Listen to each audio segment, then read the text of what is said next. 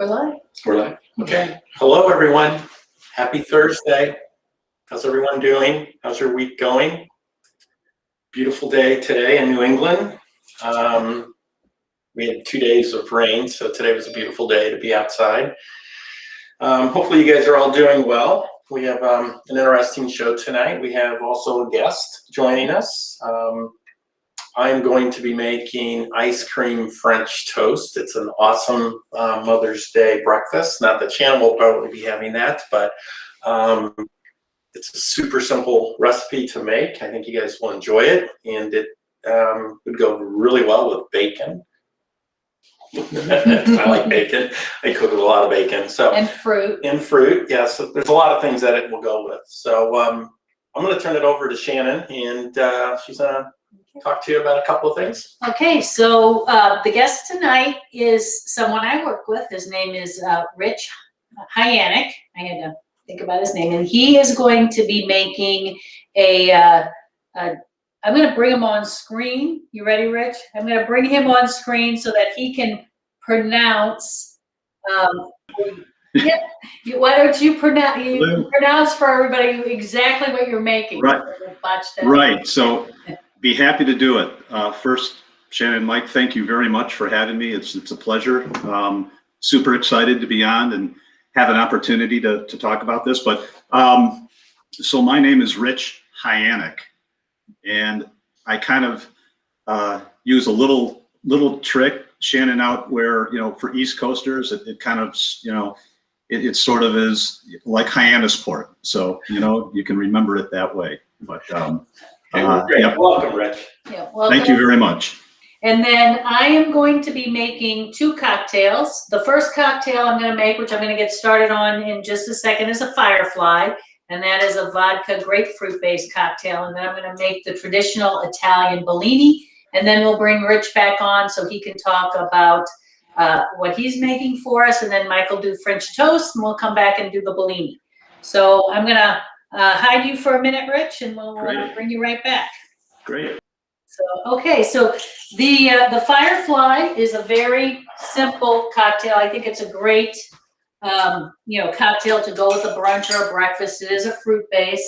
So we are going to use, these are served in highball glasses. And actually, I have finally found my highball glasses. These are 8.5 ounce glasses. It took me a very long time to find them because I think, as I said before, a classic highball is 8.5 to 9.5 ounces. And they're actually, it's hard to find a good cocktail glass that size, but I found them. And they arrived this week, so perfect timing. So I am going to make, so it is, and let me bring the recipe up for everyone so that you can see the recipe. So it is 4 ounces of grapefruit juice. It's going to be 2 ounces of vodka and then 1 ounce of grenadine, and we're going to garnish it with a grapefruit wedge. Now this cocktail is you can actually do a lot of modifications. If you don't like grapefruit juice, you can use orange juice. If you don't like vodka, you can put something else in there. So, but any juice will work. So first we are going to start by filling our highball glasses to the top with ice. So as with any time you make a highball, you want your glass full of ice. And then, actually this drink is also, if you put tequila and orange juice in it, it's a tequila sunrise. So there's a lot of variations. And we're going to mix the vodka. So I've already measured out 8 ounces of grapefruit juice. So I'm going to put that in. And then we're going to do 4 ounces of the vodka. So you want to put the grapefruit juice in the vodka in your shaker. And then we're going to fill the shaker with ice. We're going to put 4 ounces of this. And this is going to be a pretty full shake. But this doesn't need a big shake. I'm mainly shaking it because I want to strain out the pulp from the grapefruit and just give it a little chill. If you wanted, you could actually mix this in the glass. But I wanted to shake it because I want to try my hand at layering the grenadine syrup in like you would on a tequila so much. So we're just gonna pour this into a glass. I'm gonna double strain it because I do have, I didn't fresh strain my,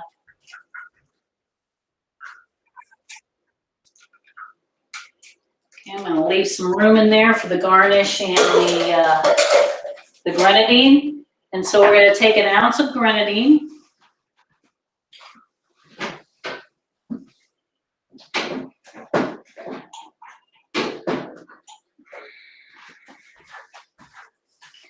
And we are going to use the back of a spoon. Make sure it's in the glass and just slowly pour the grenadine in. If you don't, have a spoon, you can pour it down the side.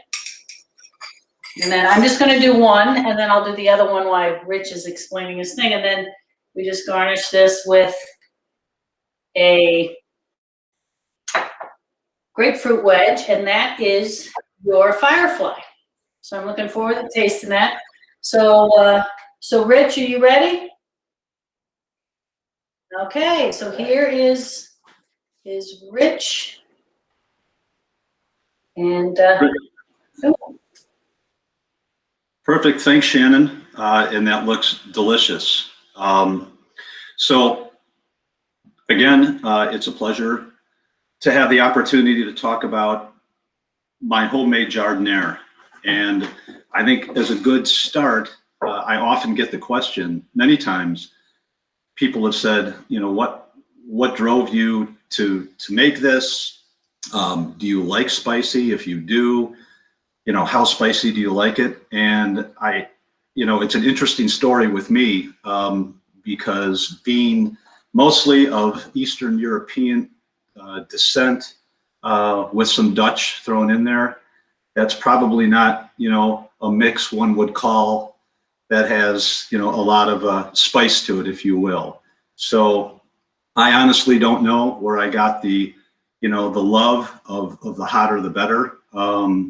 Certainly my grandparents, from what I can remember, really had not had a big spice, taste for them. My parents, definitely not. My kids, my wife, definitely on more of the milder side. So somewhere in the heritage and the lineage back there, I got the super spicy gene. But with that said, I'm extremely happy that I did. So speaking of giardiniera, it's relatively new with me. And, certainly we all know it. It's been around for a long, long time. But I think, one of the things that I have always done is for many years had my own pepper garden. And over the years, a lot of the varieties have changed. There's more, there's upgraded varieties, there's mixture varieties. And, so I try to add as many new ones and different ones that I can. But for me, the key is that they have to be the hottest peppers. And that's the thing for me, sort of how this got all started. As we know that there's a ton of giardiniera out there, right? We go to the store, we see shelves of it, and there's mild and there's hot. And there's a little more to it of why I wanted to do something like this. Just personally with me, because I love hot food so much, many times when I've gone out and asked for, what is, if it's whatever the dish is, and, is it spicy or what's your hottest? And they bring it out and it's either not quite as hot as they said, or it's really, really, really super hot, but just only hot, no flavor. So, I was always trying to find something, what could I do that would, would work out real well for, that would satisfy my love of really spicy food. So with my pepper garden over the years, what I used to do, and I grow so many of them, I used to just give them away, which I still do now, of course, but I would probably just, pick them off the vine and use them as a condiment for whatever we're making, that day, and just keep them to eat as I normally would in the course of any meal. Well, obviously with the yield, it became too much, and I produced so many of these, really super hot peppers. I kind of wanted to, I was trying to think, what could I do that I could make that would satisfy my heat level and my flavor level. That's the other thing too about giardiniera that I really wanted to make. Like it really had to hit both of those cylinders. It had to be super hot because I like really, really hot food, but it also had to have flavor. Like I mentioned just a minute ago, even though I enjoy heat, I don't like something that is really super hot with zero flavor, where it just burns and that's all, that's all it is. So I kind of thought about it, and I said maybe giardiniera. Now I've never made it before, so I started this 2 years ago, and of course I read different recipes, and with any recipe, as both of you know and everyone knows, you can tweak and kind of change a few things out, which I've done over the years. But I wanted to make something that would really be something that I know would be the heat level I enjoy and the flavor level that I enjoy. And also it would offer something that could keep for a while, not just just for a couple of weeks. And then if you don't use them, then the yield would be done. And, and then you'd have to throw a lot of things out. I certainly didn't want to do that. So I got the idea of giardiniera because I certainly loved giardiniera before I started making it. And like I said, it had to have those two caveats. It had to be really super hot, or what I thought was, is very hot and flavorful. So I tried it about 2 years ago, and at that time I just gave it to some immediate friends, and they liked it. And so I kept making a little more each year, a little more, a little more, a little more. My wife would probably tell you differently. If you walked into our basement in the storage room, probably all you could see is jars of giardiniera. But with that said, I'm happy to do it, because as this evolved, there are a lot more people that I have found out that appreciate really spicy food, but yet with flavor. So for me, having no retail, I'm not doing it for commerce. It's strictly, I love it. It's a passion of mine. It makes me so happy, being on this show.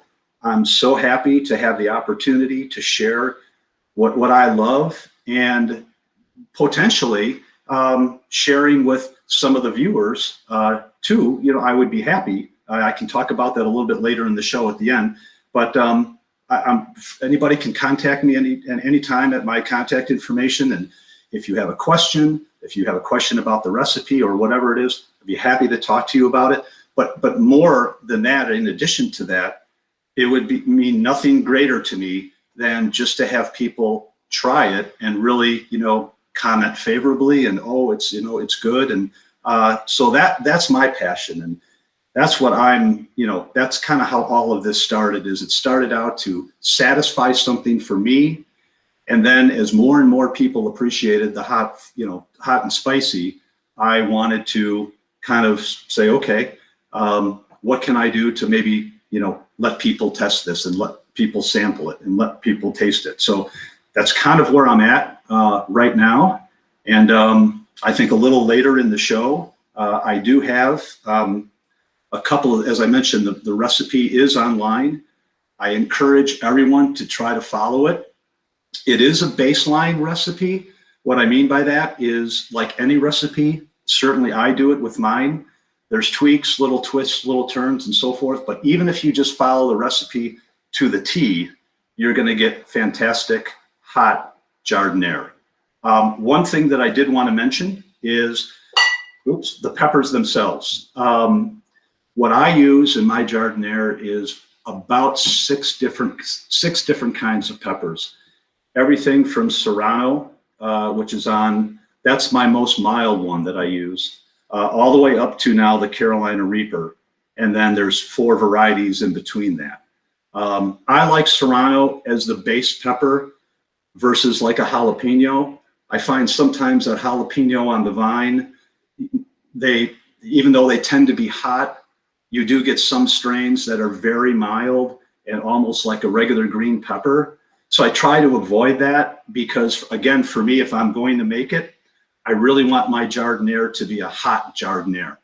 And I find that Serrano keeps their flavor and it keeps its texture very nicely all through the process. And I just find that it's a more consistent heat level as a base pepper. And then certainly the habaneros, the Carolina Reapers, the ghost pepper, Trinidad Scorpion, those all just add to that.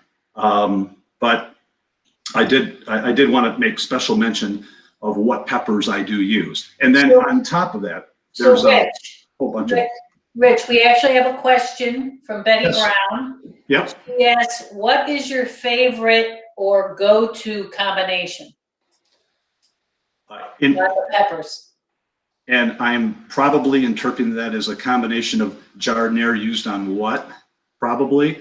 And I would answer, being from Chicago, definitely an Italian beef with giardiniera.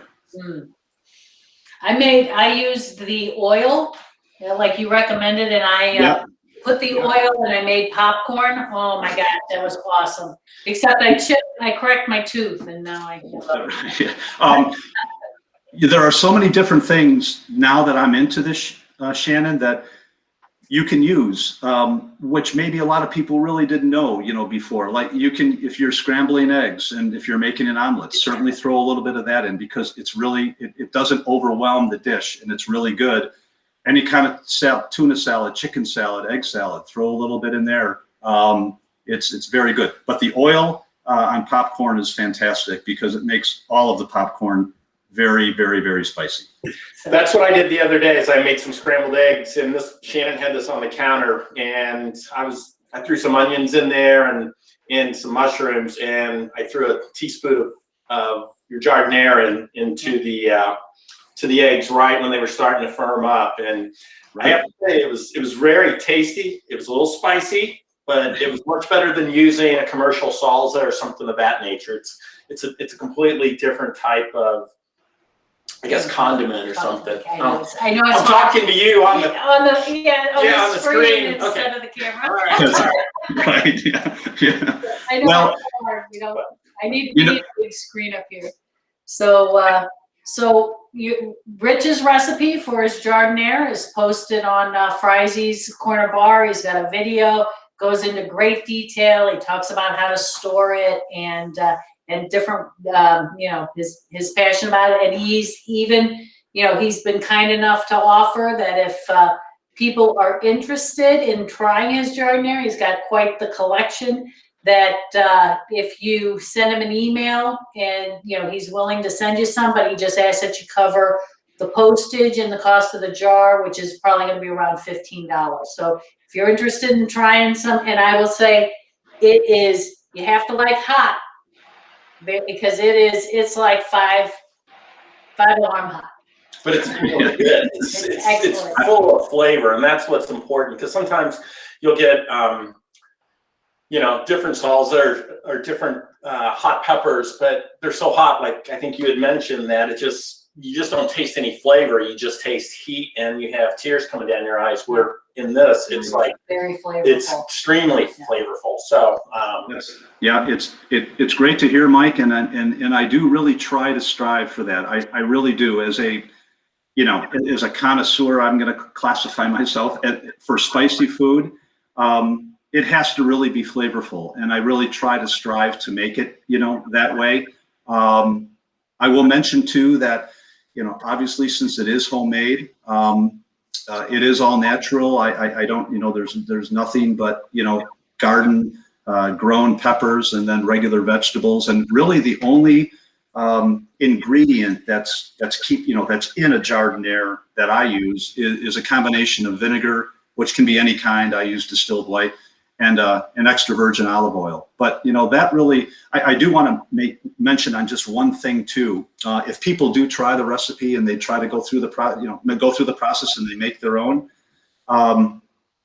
really in storage, just to make sure, even when you use it, always try to make sure that the olive oil level is always covering whatever is left in the jar. Yeah.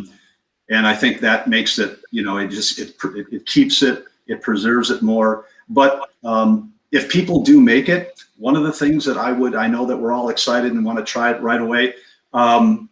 If after you go through the process and it's done, if you can wait a couple of weeks before you use it, I just think that time when everything sort of kind of melts together with the oil and has a chance to kind of get all uniform, I really think that the flavor comes out more than if it's used immediately. It still would be really good, but if you can imagine, it would almost be like a very hard crunch if you used it like, the day after.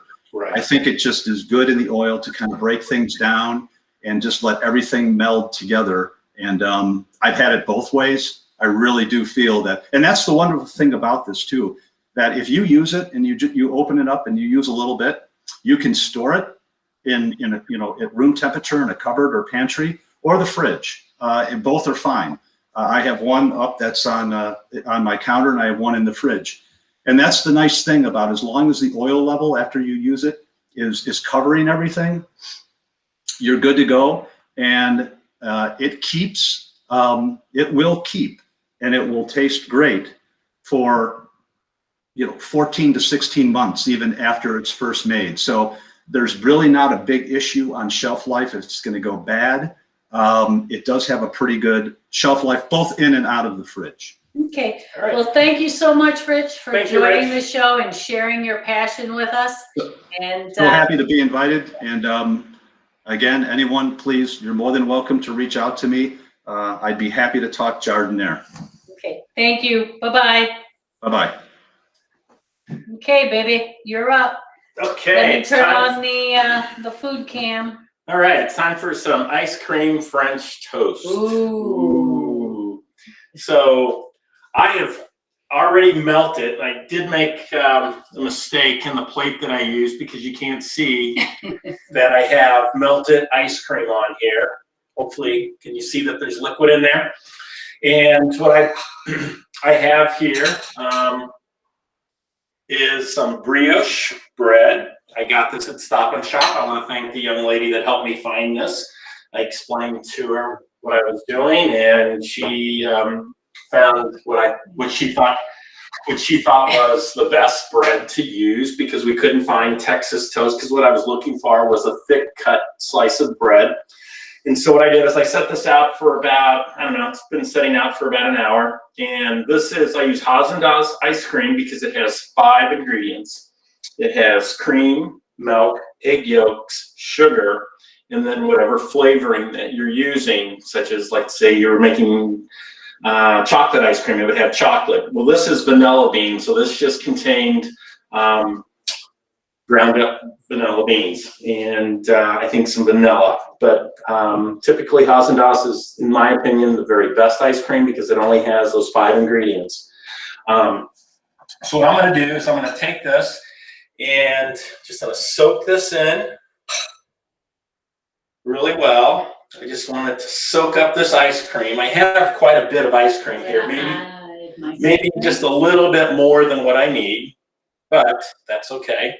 You can never have too much ice cream. So I'm making 2 slices of this, and I really want this ice cream to soak into this bread. If you've made French toast before, typically you probably have used eggs and milk and vanilla and brown sugar and maybe some cinnamon or some nutmeg or something like that.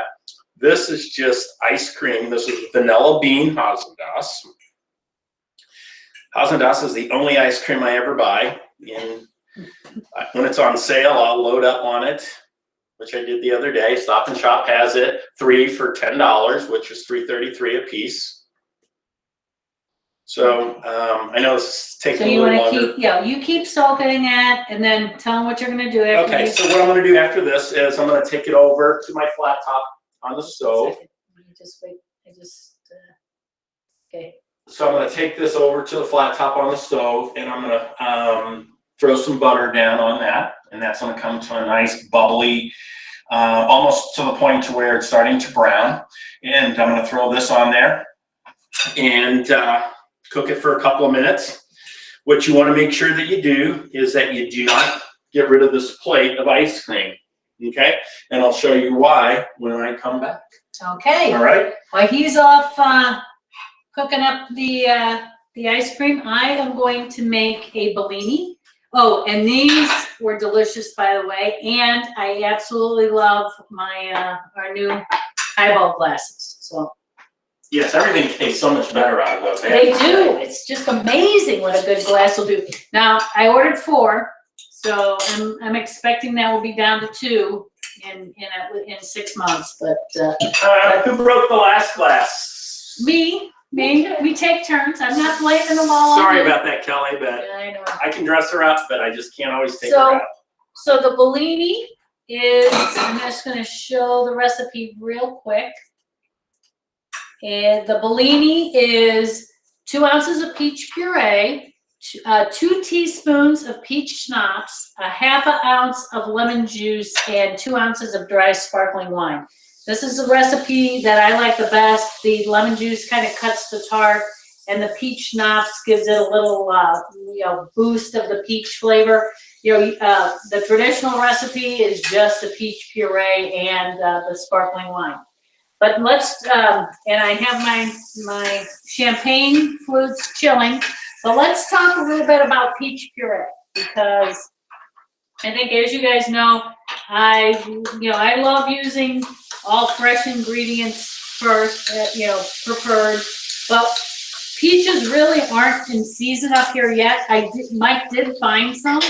And so what I did was I blanched the peaches, cut them in half, took the pit out and that little stem piece, and then take the skin off and put that in the blender. But before Mike had found the peaches, we also had some frozen peaches in the refrigerator. So I cured up some frozen peaches. This is terrible. I would never recommend whatever. And they're actually, there are some peaches from Trader Joe's. I just don't think frozen peaches have that much flavor. When I first asked Mike to get peach puree, he couldn't find any at the grocery store. So he brings me home some baby food. So this is beech nut, nothing artificial added, peach baby food. And not what you want in a cocktail. Okay, it said on the label, I read the label, I looked all through the grocery store, it said peach puree and lime juice. I thought, okay, there we have it.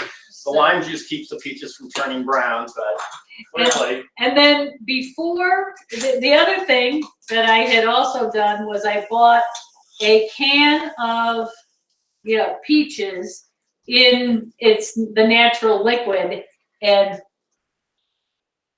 pureed that up. And honestly, it's tasty and the color is beautiful. Whereas this color from the fresh peaches is kind of, I don't know, well, that's brown and this baby food is brown too. So I'm not exactly sure what's going on there. So I would recommend, honestly, I think the can is going to be great. But the other thing, I have this in a pear puree. There's a French brand. It's used in restaurants. It's called Fruit Hier. This is a big tub of pear puree because I was making pear candy. This is delicious, and this also comes in white peach, which is the white peach that the Italians use for the traditional Bellini. So I'm going to, next time this is I get this from a restaurant supply store, so it wasn't something I could get this week, but I think that will make the best Bellini. So the way to start the Bellini, you have your chilled glasses. I'm going to dump the water out. We are going to take these and we're going to charge the glasses with the sparkling wine. So we have 2 ounces of the sparkling wine that we're going to put in each glass. And you know what I'll do is I'll move move my peach puree so you can actually see what I'm doing here.